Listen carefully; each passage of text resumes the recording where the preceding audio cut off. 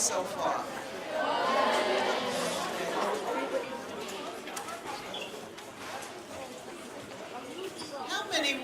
How many of you were here last month? Okay, put your hands down. I want you to raise your hand, and I will, while we're waiting for this group to sit, I'm going to ask you a few questions about what you might have learned last month. Does anyone, and don't shout it out, I only want a hand so I can point to the hand that I'm going to let answer the question. Who remembers the speaker's name last month?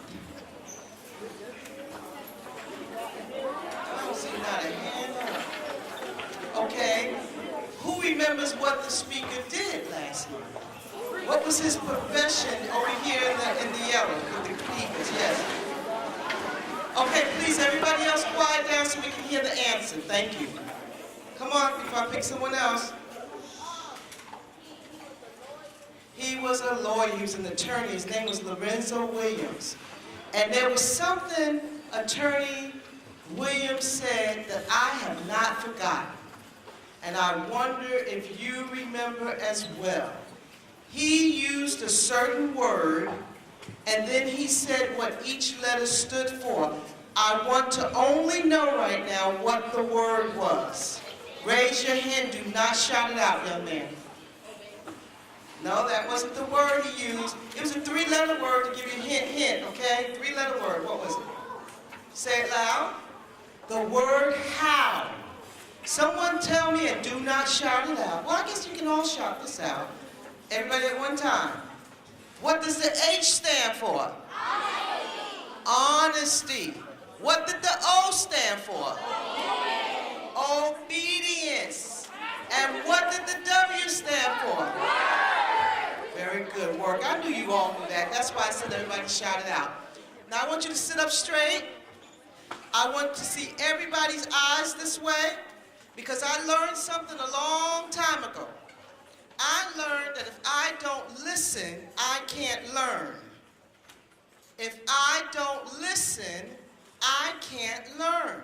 If my mind is on something else and somebody is saying something to me, I don't hear what they're saying. You can only listen to one thing well at a time.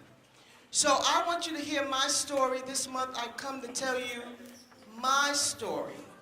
And before I get started, I want to tell you, students, boys and girls, you were a fabulous audience last month. Put your hands together for yourselves. You did an excellent job last month. In fact, I think we had some sort of emergency even last month, and everybody still stayed so very attentive. We had something that went off the fire drill or something like that, but you guys and girls kept your attention on the speaker. And we go to 7 different schools this year, and we bring different speakers each month to these different schools. Today, you're the 3rd school that I've been at. This morning, we went to Westwood High School. We go there each month. After Westwood, we went to Samuel Gaines. And then, now we're at Dan McCarty. And so tomorrow, we'll be at other schools. So only 7 of you, of the schools, have the opportunity to hear the Speakers Bureau. And out of that 7, only like with your school, only the 6th graders are getting it so far this year. So that is a privilege, and as long as you show me that you care about what the speakers are saying, as long as you give me your full attention and let me know that you appreciate by the way you look and the way you listen to us, we waste our time. There's no reason to come. But when you are attentive like you were last month and the way you are now, you let me know we want you back here. So I'm going to give you my story. And you know, many times when you see speakers and they come up, or like at Westwood, the principal shared his story this morning at Westwood. And then at Samuel Gaines, we had one of our top executive directors at the district level, way up there, the executive director for human resources. He shared a powerful story of his life. And when you look at these people, like your teachers and your instructors, you look at them and you think, oh, life must have been pretty good for them. Look how well they are today. Look how well they're doing right now. Oh, they must have had an easy life.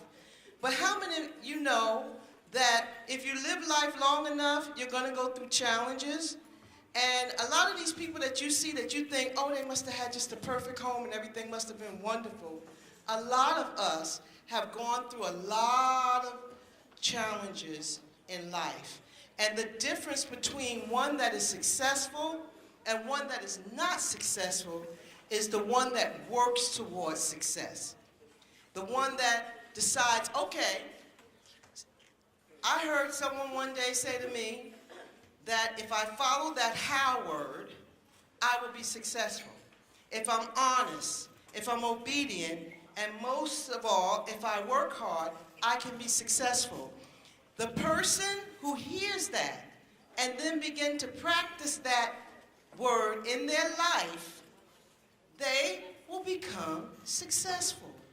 But we all have our opportunity and our choices. We can do whatever we want to do in life. And the sad part is that people who make the wrong decisions usually do not make it. So our speaker at Samuel Gaines today, he talked about how he grew up in a family where he had a lot of alcoholics in the family. He had a lot of mental abuse in the family. He had a lot of drug addicts in his family. And he said those people that went that way, they lost their lives, they went to prison, bad things happened. And he talked about how important it is for you to watch who you are around. At 9 years old, he learned a lesson not to be around everyone, even those people who he loved so much if they were doing the wrong thing. So he talked about those people in his family that he knew was doing the wrong thing. He had to stay away from them. And so when they did, something bad did happen in their life where they might have lost their life or went to prison, for many, many years. In fact, he said the people are still in prison, the people in his family who made wrong decisions. Even though he loved those people tremendously, he learned at age 9 not to hang around certain people, whether they were his family members or his friends. So that's a big lesson to learn because a lot of us want to be accepted. We want people to like us. But more important than people liking you is making sure you're around the right people who like you. Not because a lot of people might even care about you, but because their life may be going the wrong way, they can't help you. So be around people that you know is living a certain way in life, and you can make it through anything. And with that, I begin to tell my story. I was born in New Jersey. I'm the middle child of 5 children. Right here, this is me. Never felt that I had the recognition that my other siblings had because I was that middle child.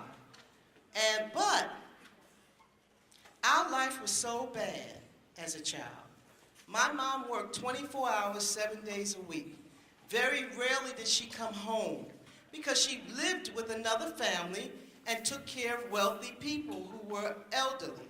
So she made good money, but she was never able to be home. My stepfather was the one that was always home with us 5 children. And it happened that he could have been the best daddy in the world and we would have loved him to death. But what happened was he did not love us and he didn't love my mom. And so he was using my mom for her paycheck that she got, and he had a nice place to stay in and so forth. And he didn't like her kids. So I happened to be one of those children. And in my life, I felt as if I lived in the worst home that any child could live in. Because I had not only the lack of love of a mom, but I also had a stepdad that didn't love us as well. So if you have a stepdad or a stepmom at your home and they love you, love them back because we really don't understand how blessed we really are.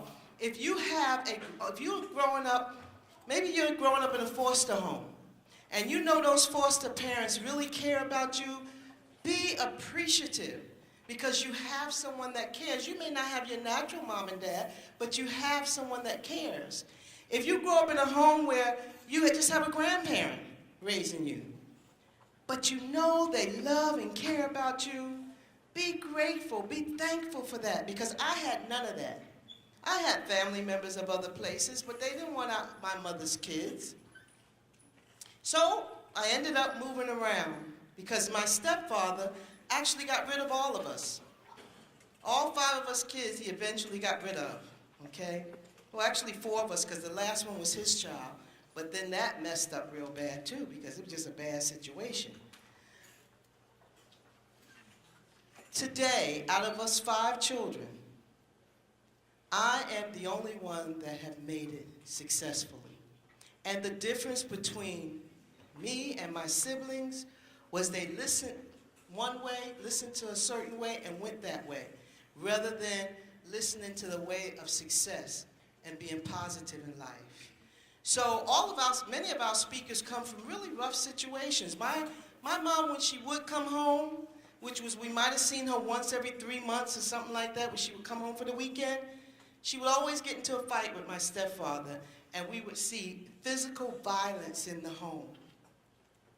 It got so bad one day, I'll never forget it, as a child, I probably was just your age. After a big fight, I saw a piece of my mother's skin on the wall. There may be somebody here today, and it's nothing funny about it. If it was your skin on the wall, would it be funny? So don't laugh at other people's tragedies, because it could happen to you. And then you would think differently about it. From that point, I was only 15 years old when I lived with so many different people. I went to so many different schools. I felt so far behind that I just got sick and tired of being sick and tired. Only 15 years old, and I ended up really nowhere to go. Really, I had nowhere to go. So I had to go get a job. At 15 years old, I had to get a job. I had to provide for myself. And from that time on, I remained on my own. But here's the secret to my success. As I look back, and the reason why we come to you and we share and open ourselves up and give you these type of stories is because we want you to understand that we understand, and we want to show you the way out. We want to show you, if you are struggling like that, if you are in a situation like I might have described, or some part of that situation, we want you to be encouraged to know that you can still be extremely successful in life. You have to look within yourself, and you have to say, if you don't feel like anyone else supports you, if you don't feel like anyone else cares, you have to say within yourself, I care about me. And I'm the person that is going to live with me for the rest of my life. I'm the only person that looks in that mirror and sees myself back. And no matter who leaves, no matter who comes, no matter who goes, this person will remain with me for the rest of my life. So what am I going to do about it? You look in that mirror and say, what am I going to do about my life, me, who I am? And then make up your mind what you're going to do. Our speaker just a couple of hours ago talked about at 9 years old, he decided he was not going to be around anyone that was going to get in trouble because they were doing the wrong thing. It saved his life, but not only did it save his life, because many of those people, I said earlier, either went to jail or lost their lives because they were focused on negativity and doing the wrong things in life. But at 9 years old, amazing, it clicked. And he said, I'm going to keep away from people that's going to possibly, even though they love me, even though they care, that may possibly lead me the wrong way, or I may be standing next to them when the wrong thing happens because of what they're doing in their lives. This was the thing that kept me. Even though I was just 15 years old, had to have a job, didn't have the support that I needed. One thing that I was very wise at doing that I realize now, I watched the company I kept. Nobody came in my house who I didn't trust, and I had to get to know them first and learn to trust them. I never had any problems in my home because I was very careful with who came in my home. So years later, I was able to go back to school, got married to a wonderful man. I think some of you met him last month, he was here. And he became my support system.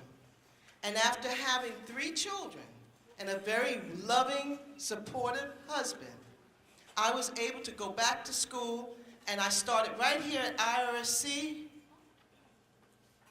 And at that time, it was called IRCC, Indian River Community College. And I went and got my AA degree in psychology. And then I said, wait a minute, I think I can keep going and keep doing this. So I kept going. I went to FAU and was able to get a bachelor's degree in psychology. Then I said, wait a minute, I didn't realize I really had what it took. I can continue my education. So I did, and I ended up with a master's and with a doctorate. So when I was your age, I didn't even know I could do it. I didn't know I could do it because I had closed up to learning.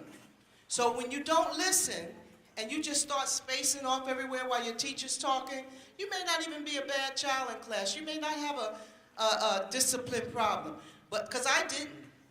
But I would gaze off into other places and be thinking all over the place, and then I learned nothing. But once I focused my attention on my instructions, I learned. You know, I'm looking out at your faces, and a lot of you are so mature looking out there. You're listening, your eyes are right up, and you're getting it. Everybody won't get it, but guess what? Many of you will. And if you really focus on what the speakers are saying, then when those challenging times come up, you can remember, say, wait a minute now. Dr. Mills told me she had this very same challenge. And look at what she's done with her life. So today I'm a school board member. How many of you know what school board members, how do you become a school board member? Anybody know? Tell me. How do I become one? You know, you don't have to have a degree in education. You should have a degree, though. I don't think anybody's going to want you as a school board member if you don't have no degrees. But the first thing you want to do is get a degree, a high school degree. You got to get one before you get the other. And you can have a high school degree even and be a school board member. So what do you think must happen for someone to become a school board member? How many of you know we're in a campaign right now for who's going to be the next president of the United States? And we have a campaign for all kind of positions for people that want to serve as government. A school board member has to run. I have to run a campaign. I'm a politician. That's what school board member has to be, a politician.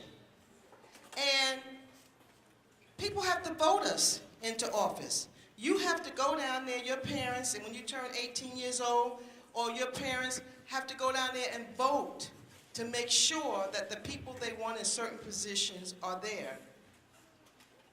I'm here only because of the vote. Only because enough people went out and they voted for me. So in 2010, I decided to run a campaign. That means I had to put all my signs out on the corners. And I had to go to all kind of meetings and speak to all kind of people. And then when the day of election came, enough people came out and voted for me.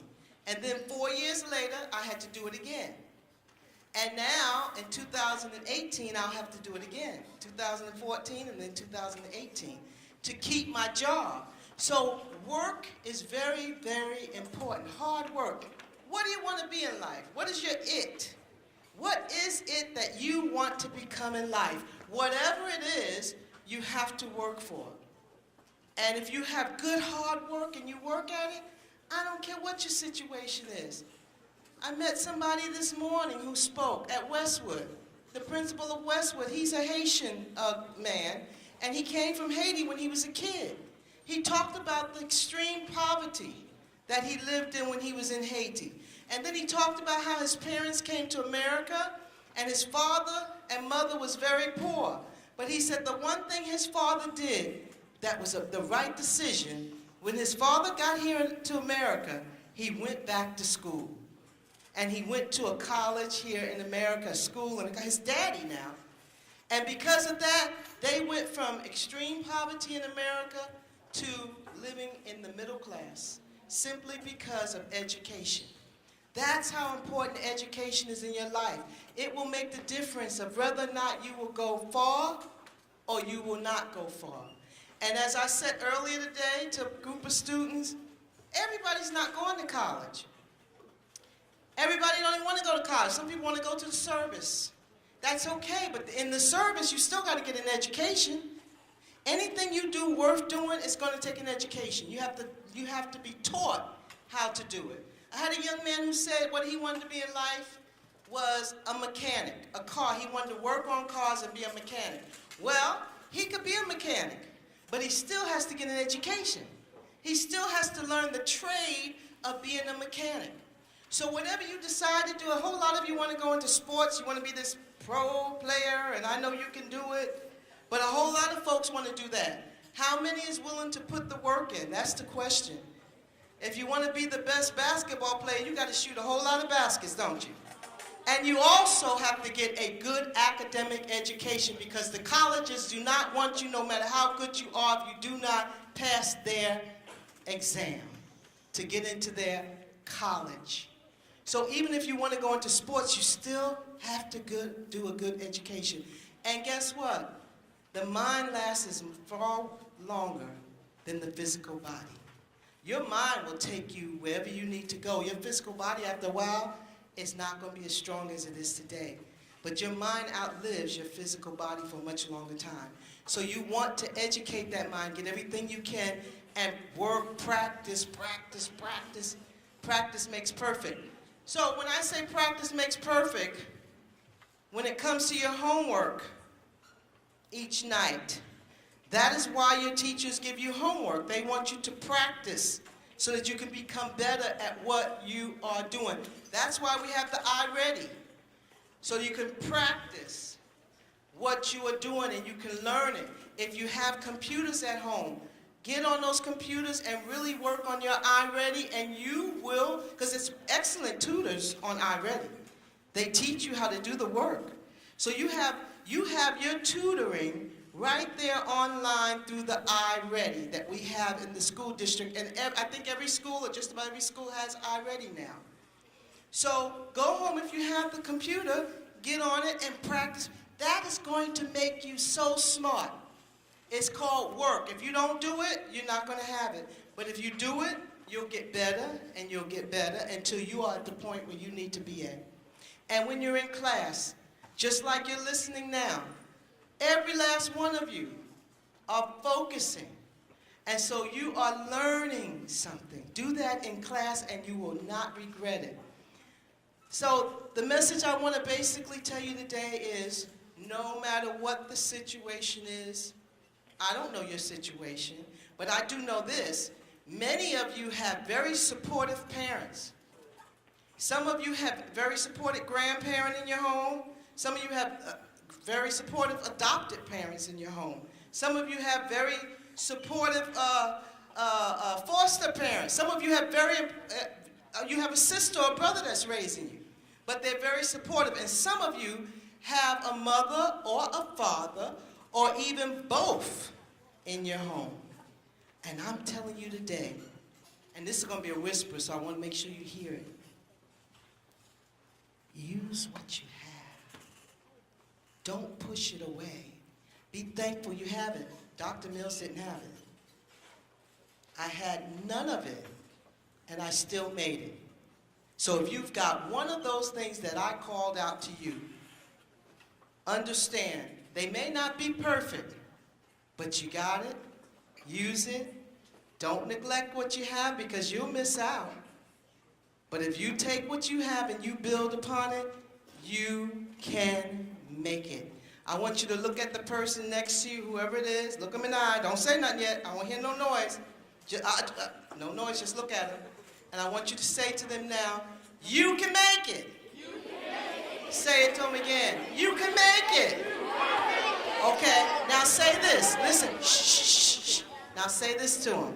Say this to him. Just remember how. H stands for honesty.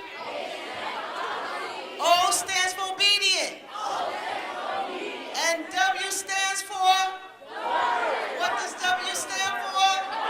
Say it one more time. Thank you very much. Thank you.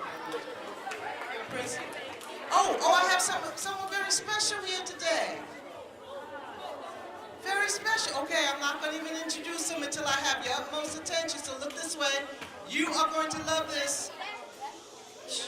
You know you don't have much time, so that means...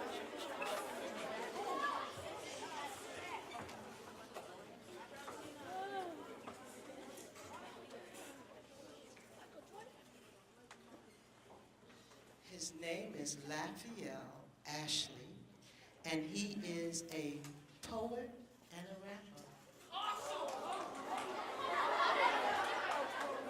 And so at this time, put your hands together for Raphael Ashley.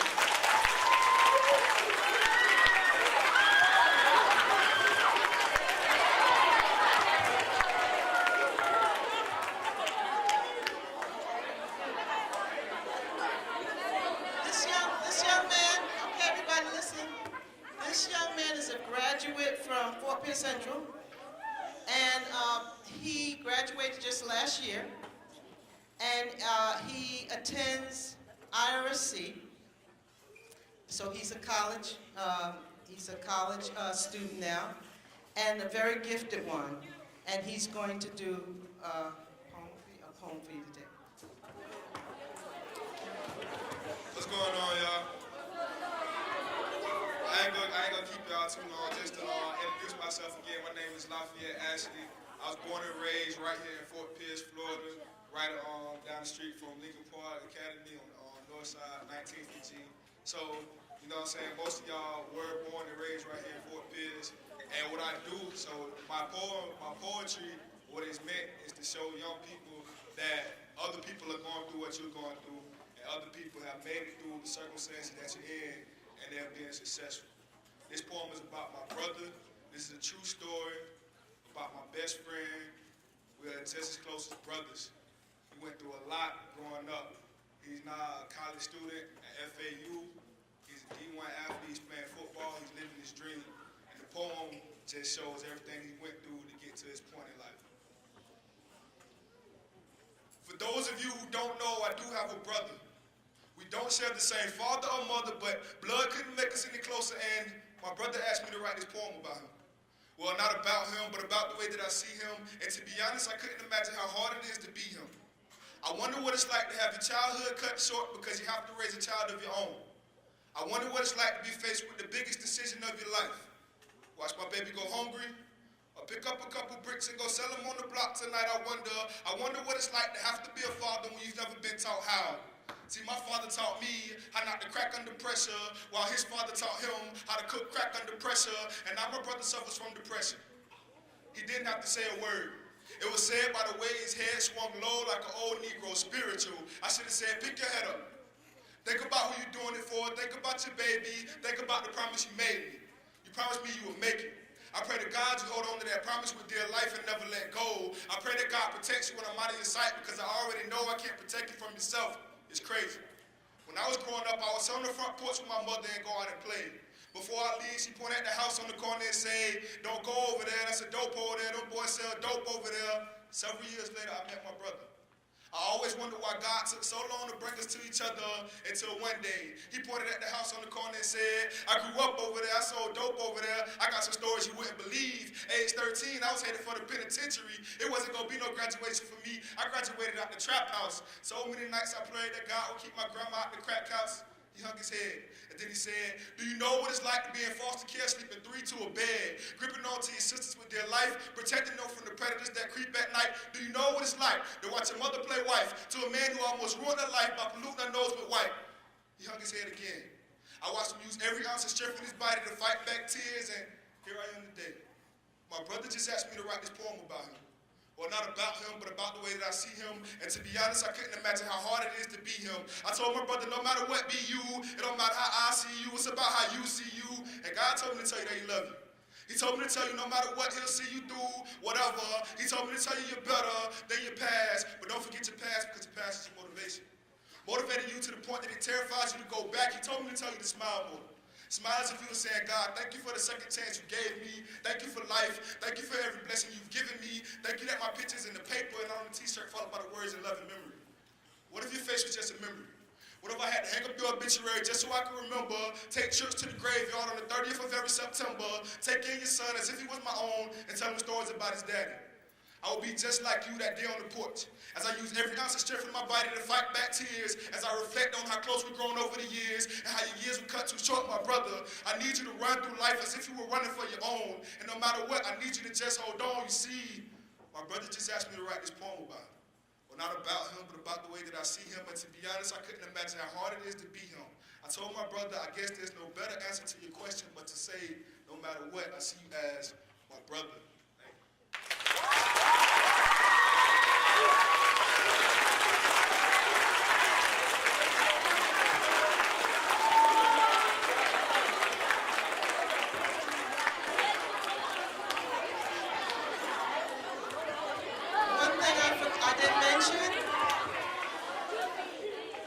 One thing I did not mention is that Lafayette is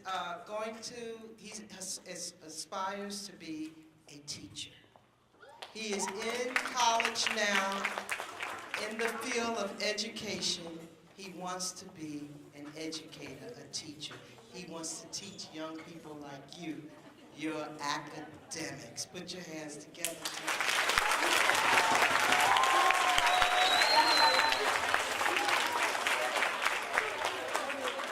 At this time, we're going to have your principal come up. And you know what he has? What we've given him? We've given Raphael a certificate that's called A Promise is a Promise, which means when he graduates from college with his bachelor degree in education, he can come back to us and we will guarantee a job for him.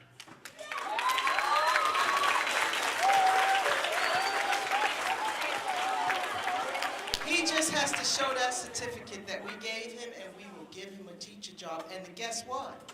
The same goes for all of you boys and girls. If you go to college and you want to become a teacher, when you get to the 12th grade, you will contact us and say, I want to be a teacher. We'll give you an application to fill out, and we give you that certificate when you return it, and then as long as you keep that certificate in a safe place, when you graduate from college, if you want to come back to St. Lucie County to work in education, you have an automatic job. Somebody want to be a teacher out there.